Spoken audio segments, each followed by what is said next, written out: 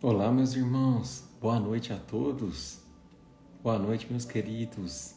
Boa noite. Vamos chegando. Vamos cada um tomando seu cantinho, seu lugar. Sejam todos muito bem-vindos, meus irmãos. Espero que todo mundo tenha passado bem a semana. Boa noite, Amanda. Boa noite, Léo. Um abraço, irmão. Saudade. Boa noite, Adriana, Michele. Um abraço, querida. Boa noite a todos, meus irmãos, pessoal do Força de Mandacaru. Um beijo para vocês, Lisa, Mirte, Solange. Hoje eu tô falando um pouquinho mais baixo porque eu tô com muita dor de garganta, né? Então vou falar um pouquinho mais baixo hoje. Ainda bem que a gente tem a companhia da Mayra aqui hoje para ajudar a gente, né? Mas eu não pensei em desmarcar em nenhum momento, né? Porque é um momento que a gente precisa muito dele, né? Mesmo que às vezes a gente não esteja tão bem fisicamente, né? Mas o espírito tá. Então, boa noite. Deixa eu ver quem passou aqui que eu não falei. Boa noite, Solange, Célia, Ju, Adriana, Lu, Sônia, Alexandre, Cristiane, Isa, Silvino. Boa noite, Diz Pirandelli. Boa noite, Helena. Tá baixo o som? Deixa eu ver se eu aumento um pouquinho aqui. Melhorou o som? Acho que eu tô falando um pouquinho baixo mesmo pela garganta. Mas melhorou o som aí, meus irmãos? Vocês me falam, tá bom? Dona Helena, o seu Benedito tá aí. Um beijo pro senhor, seu Benedito. 82 anos, é isso? Acho que sim, né? Coisa boa, meus irmãos. Deixa eu ver se a Mayra já chegou por aqui pra gente estudar juntos. Ainda não. Então nós vamos conversando um pouquinho aqui, né? Boa noite, Maria do Carmo. Não fica triste, querida. Eu não tinha visto. Um beijo para a senhora, viu? Boa noite, gente. Dá uma notícia boa para vocês. Vocês não sabem quem que tá curado do câncer. Mas assim, 100% curado, passou por todos os tratamentos, os médicos até dispensaram uma nova cirurgia. A nossa Melinda, a nossa princesinha, tá curada do câncer. Eu esperei para poder dar essa notícia aí aqui ao vivo, né? A Aline tá aí, né? A mãezinha dela, e quantas vezes a gente se uniu aqui em oração por ela, né? Quantas vezes teve prognósticos difíceis, de dor, de angústia, mas olha só, Deus é um especial, né? As nossas preces chegaram até Ele e graças à providência divina, as nossas orações também, nossa princesa Melinda tá curada, graças a Deus, né? É isso aí, que coisa mais boa, né? Começar com essa notícia, a nossa noite de hoje, abençoada demais, muito feliz por vocês, viu? E meus irmãos, apenas dando um recadinho também, já aproveitando enquanto a Mayra não chega, com relação ao evento que vai ter aqui em Franca, né? Que vai estar eu e a Mayra dia 4 de maio. E infelizmente, meus irmãos, os ingressos já esgotaram, tá bom? Vocês perdoem, foi muito mais rápido do que a gente imaginava, né? Mas foram aí mais de 800 ingressos, né? Que foram aí colocados à disposição, mas já esgotaram. Mas teremos futuras oportunidades. Quem acabou ficando sem, não se preocupe, tá? Nós ainda vamos ter outras oportunidades de estar junto, né? E é isso aí, meus queridos. Que Deus abençoe a todos nós, né? Pessoal que tá aí também fazendo os pedidos, as orações, as vibrações, né? Eduardo, manda um parabéns para minha irmã que fez aniversário sábado. A Suzana tá falando. Parabéns para sua irmã, Suzana. Eu não sei como é o nome dela, então parabéns para ela. É isso aí, meus queridos. Deixa eu ver se Mayra tá por aqui. Ainda não chegou. Mas é que ela tá com algum probleminha de conexão lá, mas não tem problema. Neuza, um beijo, Neuza. Parabéns para você, parabéns, querida. Deus abençoe. E a nossa família aí, né, gente? Que vai chegando, vai se aconchegando. A noite de hoje, a gente está dando continuidade, né? Aproveitar que enquanto ela não chega, traz um feedback para mim. Vocês estão gostando Vocês estão gostando dessa série do livro Jesus no Lar? Vocês estão achando que está trazendo assuntos aí cotidianos, está servindo para o dia a dia de vocês? Principalmente, está incentivando vocês a se tornar pessoas melhores? Vocês sentem que estão mais vigilantes, aprendendo, lembrando das lições? Podem ser sinceros, tá bom? Nós precisamos aqui de sinceridade. Estão gostando? Muito? Que bom, que bom. Eu fico feliz. Simone está amando, a Maria. Que bom, meus irmãos. Então tá bom, porque o barquinho é nosso, né? Então eu espero de coração que também esteja agregando a vocês. A mim está muito, muito mesmo. Eu fico ansioso, né? Por cada vez que a gente vai entrar com uma lição nova. E às vezes eu fico pensando assim, gente, mas não vai se repetir? E é impressionante, sabe? Como é que aquele livro ele tem o poder de passar novas lições a cada ensinamento, né? Esse livrinho eu não conhecia, vocês acreditam? Não conhecia e me surpreendi demais, né? A lição de hoje é uma lição muito que me pegou muito também, né? Parece que as lições são feitas pra gente também, né? Quando a gente não tá numa semana, a gente tá pensando de um jeito ou de outro, vai lá e cai algo que vai na veia, assim, né? E vem mexer com a gente, vem nos incitar a transformar, a refletir. Sempre lembrando, tá, meus irmãos, que essa transformação ela é gradativa. Então também respeite o seu tempo. Eu não quero que ninguém aqui do dia para a noite se transforme em Chico Xavier, em Madre Teresa. Não precisa fazer essa violência contra o seu espírito. Nós estamos aqui para crescer respeitando o processo, né? A borboleta, ela não se transforma em borboleta da noite por dia, né? Primeiro vai a lagarta, depois tem a metamorfose, leva tempo, é desconfortável e aí tem a transformação. Então, estejam em paz quanto a isso, tá bom? Mas estejam em movimento, sempre, sempre, sempre.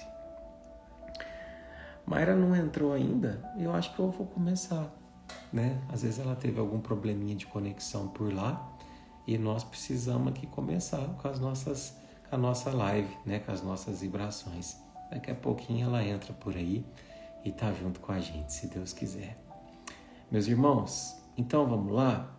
Eu vou pedir licença para a gente poder desligar os comentários, apenas para a gente conectar um pouquinho mais. Se Mayra entrar, a gente faz junto. Se ela não entrar, nós seguimos aqui o nosso barquinho, tá bom?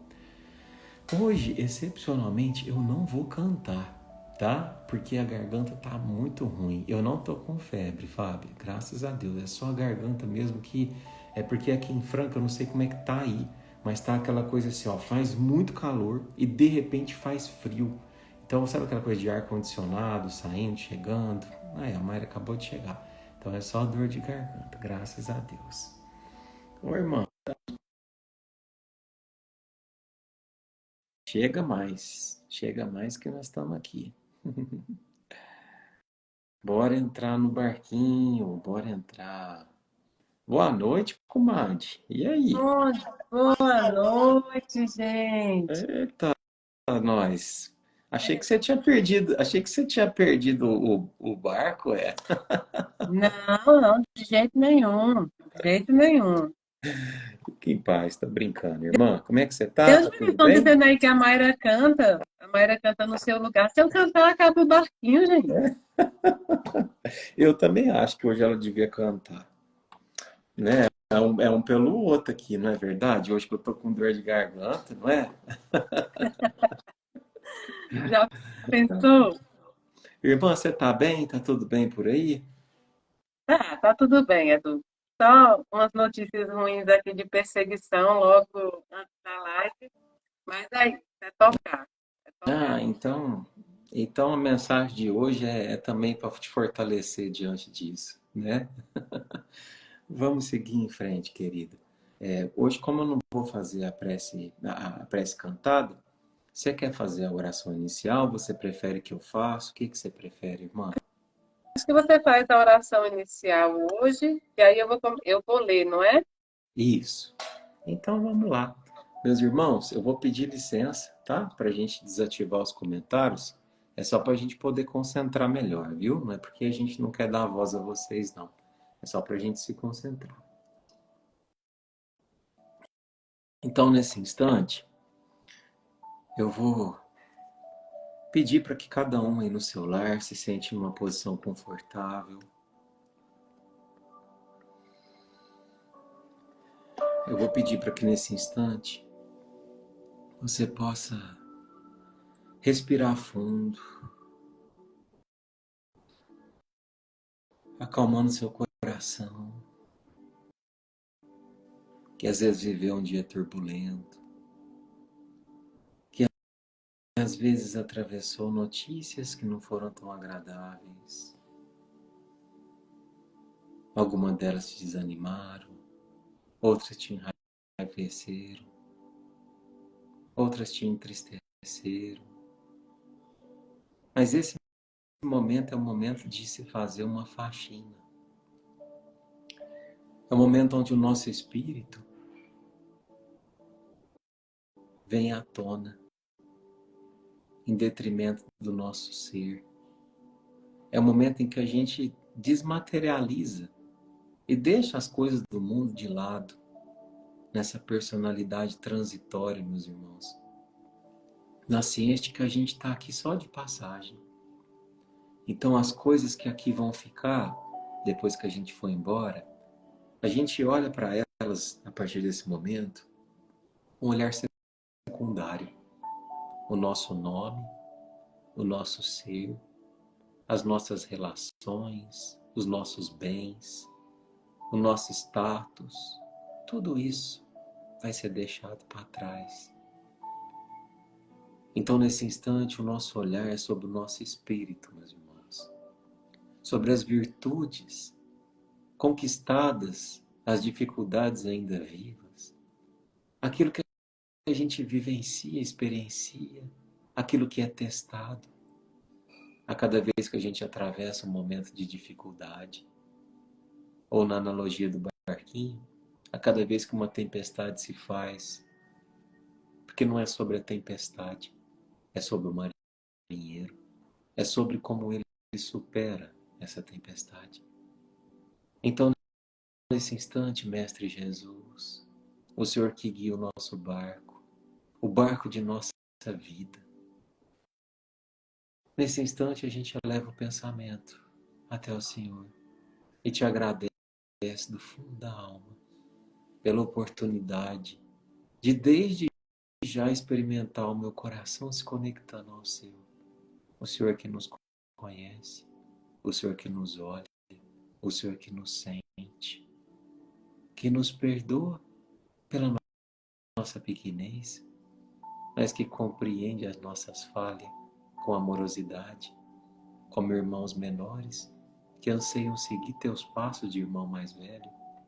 Essa noite, ilumine e abençoa eu e Mayra na condução dessas palavras, não porque nós somos maiores do que nenhum irmãozinho aqui, com certeza muitos são maiores do que nós, mas porque nos foi confiado nessa noite, Senhor, falar sobre o teu evangelho, falar sobre a tua lição.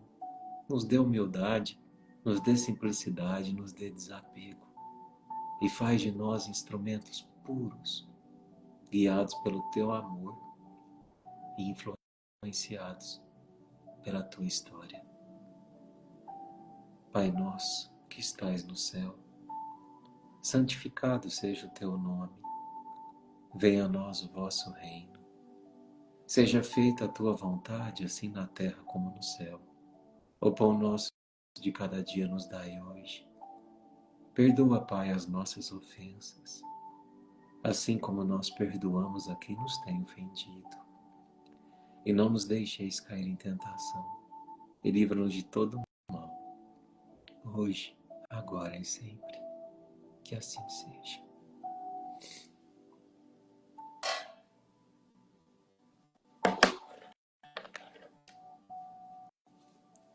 Boa noite, pessoal. Boa noite a todos. Sejam todos muito bem-vindos. Obrigado mais uma vez, Mayra, por estar com a gente, irmã, nessa nossa navegação, nesse nosso barquinho compartilhado. Ora, A gente é conduzido, ora a gente conduz. Então, irmã, sinta-se sempre em família, né? Sinta-se abraçada, sinta-se querida. Aos amigos que estão chegando aqui hoje pela primeira vez, receba o nosso carinho, nosso amor. Sintam-se também pertencentes a essa família, tá bom? E hoje, né, Mayra que vai ter o ar da graça aí de ler para a gente, né? Eu tô com bastante dor de garganta, então eu pedi para ela a gentileza de hoje poder começar lendo e explicando. E se ela quiser já emendar a discorrer sobre a lição, fica à vontade, irmã, né? Porque hoje realmente você vai me ajudar bastante, mais do que de costume. Ah, então tá. Eu vou tocar um pouco mais hoje, porque o Dudu tá doente, tadinho. Ele não desmarcou o barquinho de jeito nenhum. Então eu vou tocar, aproveitando para dizer que sua tela tá preta para mim, mas eu não vou sair para entrar de novo, porque já tem muita gente aqui, então eu não estou te vendo. Então, quando você quiser, você me interrompe e aí a gente dá continuidade, tá bom? Tá ótimo, irmã. Olha, então hoje, nosso estudo, nosso barquinho de hoje é O Mensageiro do Amor, do livro Jesus no Lar, Célio Lúcio, tá? O Mensageiro do Amor. Falava-se na reunião com respeito à preponderância dos sábios na terra, quando Jesus tomou a palavra e contou sereno e simples. Há muitos anos, quando o mundo perigava em calamitosa crise de ignorância e perversidade, o poderoso Pai enviou-lhe um mensageiro da ciência com a missão de entregar gloriosa mensagem de vida eterna. Tomando forma nos círculos da carne, e esclarecido obreiro, fez-se professor e, sumamente interessado em letras, apaixonou-se exclusivamente pelas obras da inteligência, afastando-se enojado da multidão inconsciente e declarando que vivia numa vanguarda luminosa, inacessível à compreensão das pessoas comuns. Observando-o incapaz de atender os compromissos assumidos, o Senhor compassivo providenciou a viagem de outro portador da ciência, que, decorrido há algum tempo, se transformou em médico admirado. O novo arauto da providência refugiou-se numa sala de ervas e beberagens, interessando-se tão somente pelo contato com os enfermos importantes, habilitados à concessão de grandes recompensas, afirmando que a plebe era demasiado mesquinha para cativar-lhes a atenção. O Todo-Poderoso determinou, então, a vinda de outro emissário da terra, a ciência, que se converteu em guerreiro célebre. Usou a espada do cálculo com maestria, foi-se à ilharga de homens astuciosos e vingativos, e, afastando-se dos humildes e dos pobres, afirmava que a única finalidade do povo era de salientar a glória dos dominadores sanguinolentos. Contristado com tanto insucesso, o Senhor Supremo expediu outro missionário da ciência, que em breve se fez primoroso artista. Isolou-se nos salões ricos e fartos, compondo música que embriagasse de prazer o coração dos homens provisoriamente felizes, e afiançou que o populacho não lhe seduzia a sensibilidade que ele mesmo acreditava excessivamente avançada para o seu tempo. Foi então que o Celso Pai, preocupado com tantas negações, ordenou a vinda de um mensageiro de amor aos homens. Esse outro enviado enxergou todos os quadros da terra com imensa piedade. Compadeceu-se do professor, do médico, do guerreiro e do artista, tanto quanto se comoveu ante a desventura e a selvageria da multidão, e, decidido a trabalhar em nome de Deus, transformou-se no servo diligente de todos. Passou a agir em benefício geral, e identificado com o povo a que viera servir. Sabia desculpar infinitamente e repetir mil vezes o mesmo esforço ou a mesma lição. Se era humilhado ou perseguido, buscava compreender na ofensa um desafio benéfico à sua capacidade de desdobrar-se na ação regeneradora, para testemunhar reconhecimento à confiança do Pai que o enviara. Por amar sem reserva seus irmãos de luta, em muitas situações foi compelido a orar e pedir o socorro do céu, perante as garras da calúnia e do sarcasmo. Entretanto, entendia nas mais baixas manifestações da natureza humana dobrados motivos para consagrar-se com mais calor à melhoria dos companheiros animalizados. que ainda desconheciam a grandeza e a sublimidade do Pai benevolente que eles deram ser. Foi assim, fazendo-se o último de todos, que conseguiu acender a luz da fé renovadora e da bondade pura no coração das criaturas terrestres, elevando-as a mais alto nível, com plena vitória na divina missão do que foram investidos. Houve ligeira pausa na palavra doce do Messias, e ante a quietude que se fizera espontânea no ruidoso ambiente de minutos antes, concluiu ele com um expressivo acento na voz. Cultura e santificação representam forças inseparáveis da glória espiritual. A sabedoria e o amor são duas asas dos anjos que alcançaram o trono divino. Mas em toda parte, quem ama segue à frente daquele que simplesmente sabe. Daí o Lúcio. Dudu, eu falo ou você começa? Quer que eu comece? Pode começar. Bom, então vamos lá, né, meus irmãos? Essa lição de hoje, se todo mundo conseguiu ouvir direitinho, para mim estava dando uns cortezinhos, Mayra. Mas assim, eu acho que o pessoal conseguiu ouvir. Mas caso não tenha conseguido ouvir direitinho, eu vou trazer aqui sobre o que fala essa lição, né? Essa lição narrada por Jesus, ela conta um fato onde um homem, né, um Deus, né, vamos falar assim, que é Deus, o Senhor Todo-Poderoso, o Pai, ele enviou até a terra alguns dos seus emissários, dos seus mensageiros. E eles tinham uma missão. E essa missão era falar sobre a mensagem de vida eterna, né? Mas o que significa essa missão? Que, por sinal, é uma missão comum a todos nós, né? Falar sobre a mensagem de vida eterna, quando a gente ouve isso, né? A gente imagina que é a missão de ser um religioso, de ser um padre, de ser um pastor, um palestrante espírita, de ser um monge, né? E não necessariamente, né? Falar sobre a mensagem de vida eterna, às vezes eu posso ser um jardineiro, às vezes eu posso ser um professor, mas a forma como eu cuido das flores, a forma como eu ensino os meus alunos é uma mensagem de vida eterna. Porque ali, no jeito que eu emprego a paciência, seja para aprender o beabá, ou seja para podar uma planta, seja para tirar uma erva daninha, no cuidado, na resignação, na amorosidade, isso se traduz numa mensagem de vida eterna. Essa mensagem de vida eterna que esse Senhor queria que os seus mensageiros levassem até a terra, nada mais é do que falar sobre as verdades que vão para muito além da nossa vida na terra. Coisas que, como a gente disse na oração, a gente leva daqui. Falar sobre caridade, falar sobre respeito, falar sobre amor, perdão e mais do que falar, fazer, ser o exemplo, né? Então, por exemplo, quando um cientista demonstra num experimento, como a gente falou numa live há um tempinho atrás, que as pessoas que se recusam a perdoar e alimentam a mágoa, elas têm um considerável aumento de chance de ataque cardíaco.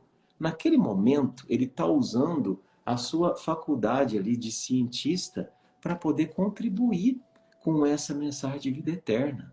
Ele está convencendo aos céticos que às vezes não acreditam em Jesus, e não tem problema nenhum não acreditar. Mas ele está convencendo, dizendo assim, ó, se vocês não querem praticar o perdão porque é uma causa cristã, então pratiquem por saúde. Isso também é ser um mensageiro da vida eterna, né? Então, não necessariamente, quando a gente pensa nesse mensageiro, que pode ser eu, que pode ser a Mayra, que pode ser você que está assistindo, não necessariamente é uma pessoa que repete o nome de Deus incessantemente. Porque às vezes eu também posso ter pessoas que repetem o nome de Deus o dia inteiro, mas não tem uma atitude cristã, né? Então, é muito mais sobre a essência do que se fala, né? Então, acho que antes da gente entrar na lição propriamente dita, Mayra, é importante que a gente entenda qual era o objetivo desse pai, que algum mensageiro descesse à terra e fosse falar sobre essas mensagens de vida eterna. Mas tem uma curiosidade. Esses 4 mensageiros escolhidos de início, eles dominavam a ciência. A ciência. Eles não dominavam no amor. Quer continuar, irmã? É verdade, Edu. Eles dominavam a ciência. É claro que a gente sabe que a ciência é um instrumento divino, inclusive para aprimorar a nossa evolução. A ciência ela também se atualiza de acordo com o que a espiritualidade requer para o planeta Terra e outros planetas no momento que a gente vivencia. Então, ela é de grande importância. Porém, ela é um instrumento. Amor não é instrumento. Amor é essência. O ser humano, o espírito, quando ele foi criado pelo Criador, o amor é a essência dele. Nós somos criados para amar e por amor. Então, todo o resto que a gente adquire, seja mentalmente, seja cognitivamente, é um presente dado por Deus pelo nosso esforço. E também porque ele precisa desses instrumentos para se cumprir todos os seus desígnios em tempo certo e determinado aqui no plano terreno. Quando ele vem citando as histórias desses mensageiros que descem à Terra, você percebe também que entre eles, entre os primeiros que falharam, eles tiveram o quê? O ego alimentado. Eles sabiam que eram inteligentes, eles sabiam que tinham muito conhecimento, então eles queriam colocar esse conhecimento para as pessoas importantes, para as pessoas consideradas importantes na sociedade que eles desceram para. Eles achavam que aquelas pessoas mais pobres, aquelas mais ignorantes de escolaridades, ou aquelas que não conseguiam ir a lugares bons para poder ver a arte ou a música, elas não eram merecedoras de ter aquele talento, porque isso é talento. Quando você tem uma sabedoria, é diferente do talento. O talento é aquilo que te ensina que você pode se esforçar e melhorar tudo aquilo que você tem, aprimorar. Agora, o amor é essência. Então, eles, quando desceram, quando vieram aqui para ajudar esses mensageiros, eles deixaram com que o eu subisse a cabeça.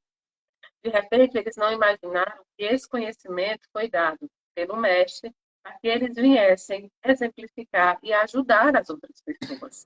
Então, quando o ego sobe a cabeça, quando o eu fica maior do que o Criador, quando o eu é maior do que Jesus, do que a espiritualidade, esse eu já não é mais importante para a projeção que tem dos trabalhos todos os planetas. Então, ao ponto que ele se elevou, ele foi diminuído na graça. Tanto é que na Bíblia, João fala, né, que eu me diminua e que tu cresça, Senhor. Porque nós trabalhamos por Jesus, em nome de Jesus, para o Criador. Nós trabalhamos pela espiritualidade. Nós trabalhamos carregando o nome do Espiritismo, ou do catolicismo, enfim, da religião ou doutrina que você hoje exercita. Mas, acima de tudo, esse trabalho é do Cristo. Esse trabalho não é da Mai, esse trabalho não é do Edu, esse trabalho não é do líder religioso que aparece, não é do padre, do pastor, é de Jesus.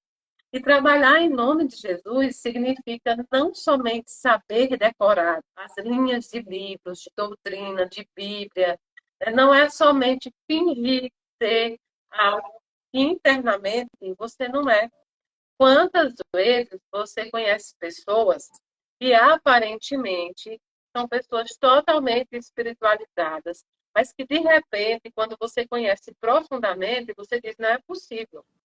Quantas pessoas deixam as suas religiões ou doutrinas porque se decepcionaram com pessoas, não com a religião ou com a doutrina, mas vendo aquela pessoa que fala tanto exemplificar diferente, ficam chateadas, decepcionadas, e aí culpam as religiões e as doutrinas. Porque exercer os princípios cristãos nunca foi fala, nunca foi decoreba, nunca foi no dia determinado na igreja ou no dia determinado no centro espírita. Ser espírita, por exemplo, nunca foi ter decorado o Pentateuco de Kardec. Aquilo que você faz em público diz muito menos do tipo de religioso, de espírita, de qualquer tipo que você seja, do que o que você faz sem aplauso. Algumas coisas na nossa vida, e grande parte, não é para ser aplaudido, é para se fazer porque é o correto. A espiritualidade sempre diz: o certo é certo, ainda que pareça feio, e o feio é feio, ainda que pareça bonito. Então, o certo é que a gente possa ser, não aparentar ser. E todo o conhecimento que nós angariamos ao longo das nossas encarnações, e também com os nossos esforços, né, quando estudamos, quando buscamos aprender, são presentes dados pelo divino para que a gente possa sanar um pouco da nossa ignorância. Um dia o Edu disse lá em Tupaciguara uma frase que eu nunca tinha ouvido, eu nunca tinha parado para pensar, interpretar isso e raciocinar. Ele disse, Mayra, o homem ele é mais ignorante do que mal. E era um momento que eu vinha vivendo uma turbulência e na hora em si, eu não me toquei. Eu fiquei pensando, Edu, você é muito inocente, o homem também é mal. Uhum. E quando eu voltei para casa, eu vi um caminho todo pensando. Às vezes, o que a gente acredita ser maldade é ignorância. É ignorância de sabedoria. Às vezes é muito culto, às vezes a escolaridade é alta, mas é ignorância em sabedoria. Conhecimento e sabedoria são coisas diferentes. Conhecimento você adquire estudando. A sabedoria você adquire exemplificando no dia a dia os seus atos. Então, foi preciso que viesse outro mensageiro com tamanho conhecimento, mas que mostrasse que não tinha acepção de pessoas, mostrasse que era capaz de se entregar ao trabalho de uma forma 100%, mesmo sabendo que pelo público, pelo que ele ia encontrar, a ignorância ainda ia perdurar e ele ia sofrer com essa ignorância, ele sabia que a meta, que o objetivo, que a missão dele era aquela, era continuar diante do caminho de espinho, diante das mentiras, diante das calúnias, diante das informações, era continuar, ainda que a alma fosse muitas vezes quebrada. Ele continuava porque o trabalho não é dele, o trabalho é do Cristo. É verdade, irmã. E assim, é tão interessante essa lição, né? Que a gente vê quatro mensageiros que falharam pelo mesmo motivo em funções diferentes. Então a gente tem o primeiro que virou professor, mas de repente ele ficou tão intelectualizado que ele se trancafiou numa biblioteca lá e pensou o seguinte: eu não me misturo mais com esse tipo de gente, porque eles não conseguem acompanhar o meu intelecto. Então preste atenção, o primeiro se afastou das pessoas, né? O segundo, que se tornou médico, ele usou o saber para fomentar a vaidade, porque ele só atendia gente importante. Então ele também se separou da multidão, do povo, e começou a atender um nicho específico. O terceiro, que era um guerreiro, que podia ter utilizado suas habilidades para proteger um povo pobre e humilde, também escolheu servir a uma pequena classe. E o último, Mayra, que se tornou artista, que sabia compor, que sabia tocar com maestria, ele acabou escolhendo usar a sua música, a sua ferramenta ali de arte espiritual, para poder compor música, vamos dizer o seguinte, são essas músicas, né, que a gente ouve que só fala de apologia a sexo, de apologia à bebida, de apologia aos prazeres da alma, né, do corpo, ao invés de utilizar para fazer o todo ser consolado, né? Então, tem uma característica, irmã, que me chamou muito a atenção nesses quatro mensageiros, né? Além deles dominarem só a ciência, eles foram pessoas que se separaram dos demais. Então, quando o orgulho toma o nosso coração, quando o orgulho toma a nossa mente, uma característica surge. E sabe qual que é essa característica? É a separatividade. A gente começa a se isolar do resto das pessoas, né? Porque na verdade a gente está ferido, a gente está tomado de orgulho. Então presta atenção. O que a gente estuda aqui hoje, meus irmãos, não é para falar só para vocês ou para outra pessoa, é para mim, é para Mayra, é para todos nós. Um termômetro que a gente tem que ter na nossa vida é o seguinte: eu estou neste momento da minha vida separado das demais pessoas, do meu trabalho? Se estou, por que estou? Eu estou separado das demais pessoas do movimento espírita, do movimento católico, do movimento protestante? Se estou, por que estou? Eu estou separado da minha família? Se estou, por que estou? Porque muitas das vezes vezes, sim, a gente é ferido, a gente é machucado, conviver ali dentro faz mal, mas na grande maioria das vezes é porque o nosso orgulho foi cutucado, sabe? É difícil assumir isso. E o orgulho, ele é muito sutil, né? Claro que às vezes ele é escancarado, mas o mais perigoso é quando ele é sutil.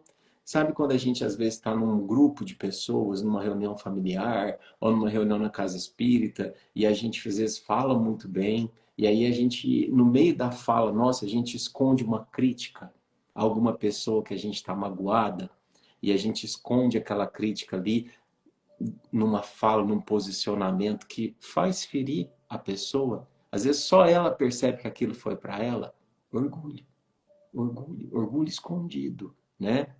Ou então quando a gente se afasta dos demais grupos, como a Mayra disse aqui, é muito comum, imagina só, meus irmãos, aqui em Franca, a gente tem mais de 100 casas espíritas. É a cidade com o maior número de casas espíritas do Brasil, né? E do mundo, que é impressionante. Aí você fala assim, nossa, Eduardo, mas que beleza! Então esse tanto de casa espírita, né? Mas você sabe, a grande maioria das casas espíritas, por que surgiram? Porque teve divergência. Porque foram pessoas que não concordaram e deixaram que o orgulho fizesse não vencer a si mesmas, no sentido de lapidar e dizer, não, você tem razão, eu fiquei chateado, eu fiquei magoado, então, mas vamos seguir juntos. Não, não, não. Eu tenho a minha verdade, você tem a sua, você está errado, então eu vou criar minha própria casa espírita. Esse, infelizmente, é um dos principais motivos. Porque às vezes a gente tem tantos templos, né? Porque às vezes a gente não consegue conviver com aquele que pensa diferente, né? Que é uma característica do orgulho, né? Então, a lição de hoje é também para a gente pensar sobre isso.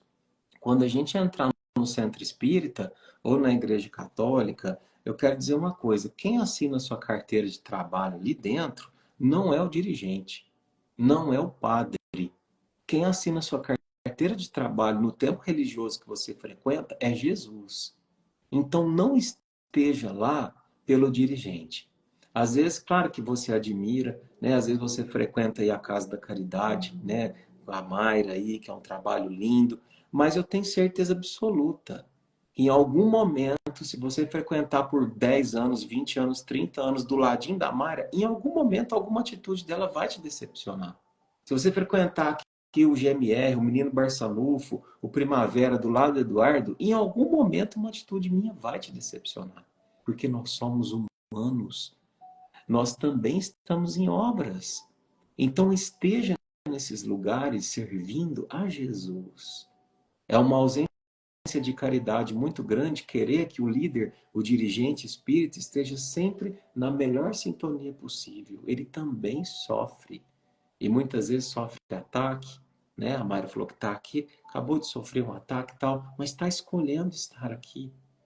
Eu estou com uma dor de garganta lascada, mas eu sei que é aqui que tem a cura. É aqui que tem o movimento de seguir em frente. E ninguém falou que ia ser sombra e água fresca. Então é preciso que a gente tenha essa consciência, né, meus irmãos? Que estejamos onde estejamos por Jesus.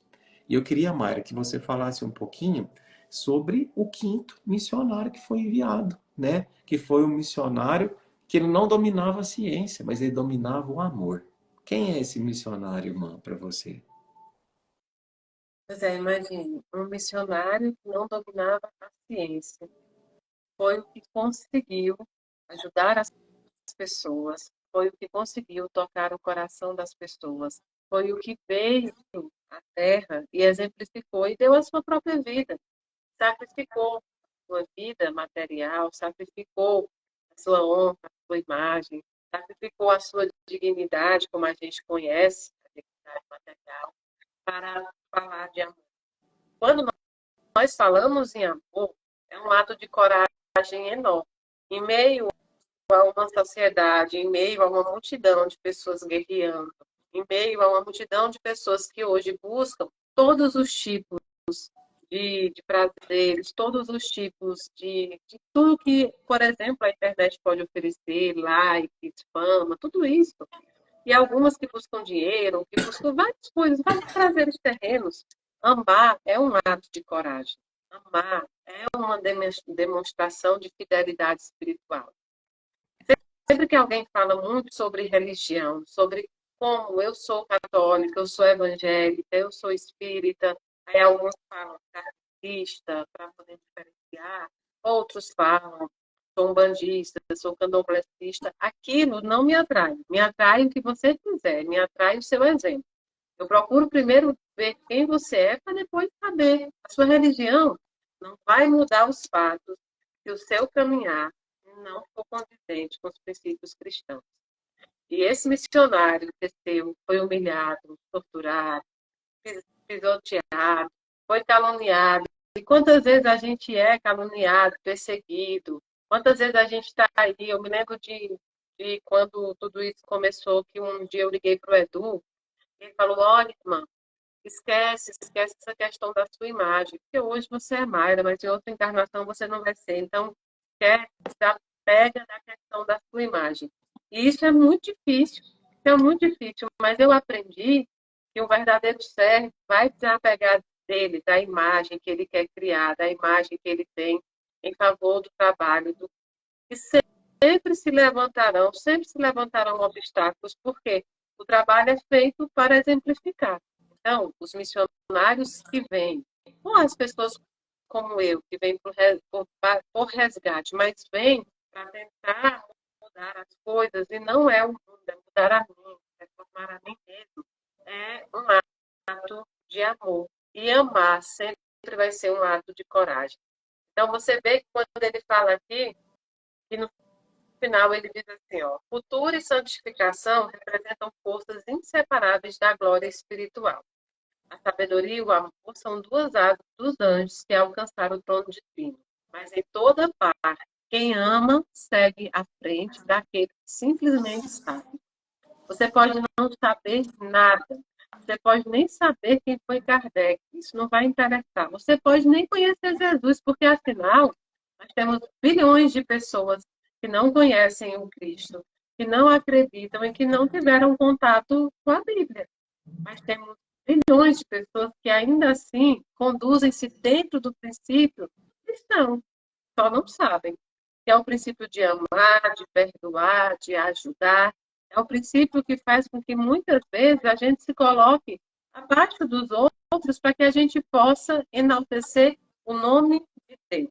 Às vezes você encontra uma pessoa sendo perseguida, caluniada, está conflita ali, mas ela está só tentando deixar que Deus apareça, mesmo que ela esteja cada vez se diminuindo. Então, nessa lição, a gente pode ver muitos missionários que passaram pela terra. Chico Xavier, por exemplo, que foi perseguido, caluniado, injuriado, ridicularizado, e persistiu. Persistiu por quê? Porque ele não fazia o trabalho em nome de Chico Xavier. Ele fazia o trabalho em nome de Jesus Cristo. Ele fazia o trabalho para o Cristo. Tantos outros que passaram, Madre Teresa, São Francisco, todos eles sofreram as amarguras que traz o caminho correto. Outro dia, eu estava assistindo aquele ator chamado Denzel Washington. Ele é um bom ator, né? Faz vários filmes. E aí ele tirou agora uma certidão lá que parece que faz com que ele seja um pastor. E ele virou lá. Então ele estava pregando e dizendo que uma vez perguntaram para ele por que é que os cristãos eram tão perseguidos. Porque quando a pessoa estava querendo andar no caminho do bem, parecia que as provas aumentavam, que as perseguições aumentavam, que as coisas ruins aumentavam. E ele disse assim, é porque se você estiver andando no caminho errado, se você estiver andando no caminho errado, você não vai estar injuriando o inimigo. Então, nada vai acontecer com você. Se acontece algo, é porque alguém está zangado, é porque você está indo contra a maré. Claro que na crença dos nossos irmãos católicos, evangélicos, existe a presença de um diabo, né, que eles chamam de inimigo. Na nossa, existem os espíritos ainda não evoluídos, os espíritos que ainda estão sobre influência, aqueles confusos, e existem os encarnados, que são obsessores também. Então, certo que quando se levanta algo enorme por alguém que está tentando buscar, é porque ele está no caminho correto. Se ele estivesse no caminho errado, não teriam os ataques, porque ele estaria fazendo aquilo que as outras pessoas queriam. Então, essa história dos mensageiros que descem à Terra, você vê que a mensagem não é a escrita, não é a falada, não é a decorada, não é a escolaridade. Ele fala em sabedoria e amor. Sabedoria não é escolaridade, não é conhecimento. Sabedoria é você utilizar tudo aquilo que você aprendeu para o caminho do bem, sabendo que não te pertence. Nada nos pertence, tudo é do Pai. Nós angariamos conhecimento, angariamos empregos, angariamos tudo, porque Deus Todo-Poderoso olha para você e diz: esforça-te que eu te ajudarei. Mas nem nós nos pertencemos, quanto mais aquilo que nós aprendemos e podemos utilizar. E existem dois tipos de pessoas, dois tipos de espíritos: aqueles que vão aprender e executar no amor e na sabedoria, e aqueles que aprenderão e guardarão para ele mesmo. E esse não vai propagar o amor. Esse vai ter conhecimento, mas andar no amor não. Então, que a gente possa sempre, acima de tudo, andar no amor. O amor abre todas as portas. O amor arromba todas aquelas que são até difíceis. Que a gente possa compreender que o mal existe, mas que o bem é muito maior. E que no final das contas, a prestação de contas não será com o outro, não será através de religião, será com você mesmo. Você é o seu próprio julgador. No final, será você, a espiritualidade e Deus. É isso aí, irmã.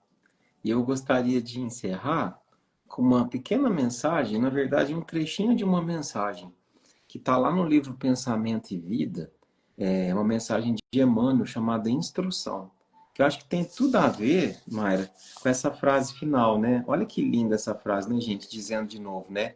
Quem ama, segue à frente daquele que simplesmente sabe. E aí diz assim essa mensagem, é só um trechinho. Já se disse que duas asas conduzirão o espírito humano à presença de Deus. Uma chama-se amor, a outra chama-se sabedoria. Pelo amor, que acima de tudo é serviço aos semelhantes, a criatura se ilumina e se torna formosa por dentro, emitindo em favor dos outros o reflexo de suas próprias virtudes. E pela sabedoria, que começa na aquisição do conhecimento, recolhe a influência dos vanguardeiros do progresso, que lhe comunicam os reflexos da própria grandeza, impelindo-a para o alto. Através do amor, valorizamo-nos para a vida. Através da sabedoria, somos pela vida valorizados. Daí o imperativo de marcharem juntas a inteligência e a bondade. Olha que interessante que ele fala aqui, ó.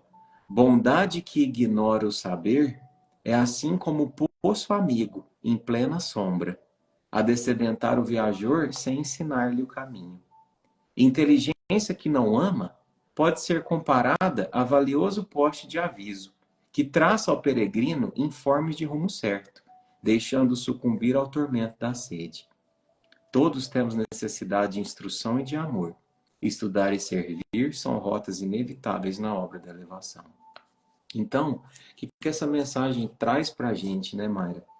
Que é importante que a gente tenha essas duas asas, né? É claro que se for para escolher uma, sempre tem que ser a asa do amor. Porque a asa do amor, ela vai te fazer ter a intenção correta. Mas a asa do saber, ela te traz a direção correta. Isso é importante, porque, Mayra, você já pensou, né, assim, as mãezinhas que estão aqui acompanhando, né? Se nenhuma delas tivesse acesso ao que você diz lá no Despertar, ou ao que eu digo no barquinho, a gente diz aqui juntos, de que a vida continua para além da morte, isso é saber. O quanto que isso ajuda a viver sem revolta. O quanto que isso traz força para levantar todos os dias. Saber que aquela pessoa que a gente ama, seja o nosso pai, nosso avôzinho, nosso filho que partiu. Saber que tá doendo de saudade, tá difícil viver aqui, mas eu vou reencontrar. Isso só foi possível através do saber. Do saber. A gente estudou junto. A pessoa que tem um diagnóstico de uma doença difícil, saber que aquilo é uma lapidação do espírito. E a forma como ela encarar aquilo, entender que aquilo é uma lapidação para ela, e ela tem que aprender situações íntimas do seu próprio crescer, e aquilo vai passar, aquilo vai cessar na medida que isso acontecer. Isso só acontece através da sabedoria, do estudo, que também é importante, né? Mas ter também o domínio dessas coisas sem amar, aí você funciona igual diz aqui, ó. A pessoa que tem a inteligência e que não ama, ela é igual um poste valioso, um poste com uma mensagem. A morte não existe. Ótimo. As dores são para o crescimento. Ótimo. Mas o que eu faço com isso? Entende? Então, tem que trazer um rumo certo. Já que a morte não existe, meu irmão, minha irmã, e se você ainda está encarnado na Terra e seu ente querido partiu, entenda que é o amor, o exercício dele que vai fazer com que vocês consigam se unir o mais rápido possível. O exercício dele na terra, no plano maior, é esse amor, essa caridade, é como a gente sempre diz aqui, né? São nos olhos dos pequeninos que padecem às vezes de fome ou ausência de um pai, de uma mãe, que você muitas vezes vai encontrar os olhos daquele filho que partiu. É um exercício do amor, né? Mas se você também tem só o amor e não tem o saber, isso também é perigoso, porque aí você vai agir como se fosse um poço na sombra. Você tem ali a descedenta, a sede, mas o viajor senta ali, bebe a água, mas não sabe para onde vai. Então é preciso que a gente usufrua dessas duas asas, né, na medida do possível, né? O que diz a lição é, se for para ter que escolher, escolhe a asa do amor. Mas se você puder escolher, e hoje a gente pode, né, Mayra? Porque o conhecimento tá aí para todo mundo. Então a gente pode se instruir também. Aqui nas lives, meus irmãos, aqui a gente está estudando. Mas o lugar de você pôr em prática é aí a hora que se desligar essa telinha. É a forma como você vai despedir da sua esposa, do seu marido na hora de dormir. É a forma como você vai responder a mensagem do WhatsApp. É a forma como você vai chegar amanhã no seu trabalho.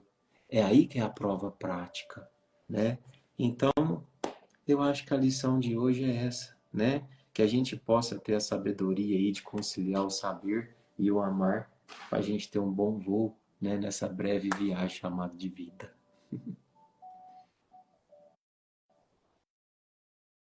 Então, muito obrigada, Edu. Eu sei que você está em dodói, vai melhorar logo. Esse tempo está horrível mesmo. E logo a gente se vê de novo aqui no barquinho. Se Deus quiser, irmã. Obrigado pela oportunidade. A todos que aqui estão, obrigado por estarem conosco, né? Espero que tenha somado aí para todo mundo. E nós vamos encerrar aqui com uma prece simples, né? Uma prece de amor.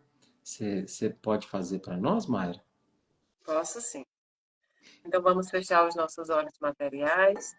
E nesse momento, nós vamos usar a nossa prece final para agradecer a Deus, agradecer a espiritualidade, agradecer os nossos mentores, nossos anjos da guarda, pedir a eles que nos protejam nessa noite, no decorrer de toda a semana, que todas as nossas metas, sonhos e objetivos andem juntos aquilo que Deus requer de nós, mas que nós sejamos principalmente reformadores do nosso próprio ser e que a gente consiga sempre enviar a paz aos outros, o amor, que os nossos exemplos sejam de luz. Agradecemos a espiritualidade por tudo, a Deus pela vida, por tudo que nós passamos nesse planeta para o nosso próprio bem. E tudo isso que nós te pedimos, Senhor, não é em nosso nome, mas é em nome do teu Filho Jesus Cristo, que é bendito e é eterno. Que assim seja. Que assim seja. Uma ótima noite, meus irmãos. Deus abençoe. Mayra, Beijo. até breve. Tchau, tchau, Até irmãos. breve, Dudu. Tchau, tchau.